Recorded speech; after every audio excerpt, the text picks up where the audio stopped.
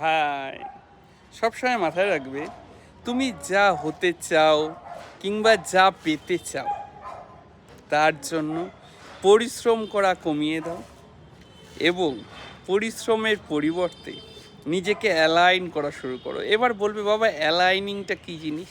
Aligning হচ্ছে তুমি যা হতে চাও তুমি এমবডি ইয়োরসেলফ, মানে তুমি সেটার অভিনয় করা শুরু করে দাও যে তুমি পেয়ে গেছো, তুমি হয়ে গেছো, তোমায় সেটা দিয়ে দেওয়া হয়েছে।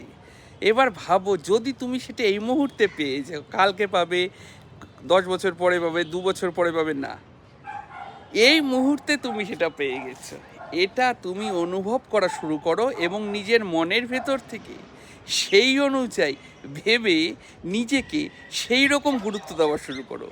কাউকে দিতে বলবে না যে তুমি আমাকে এটা দাও, তুমি এটা করো, না, নিজে নিজেকে গুরুত্ব দেওয়া শুরু করো। দেখবে তুমি সেটা ধীরে ধীরে হয়ে উঠছো। Happy life.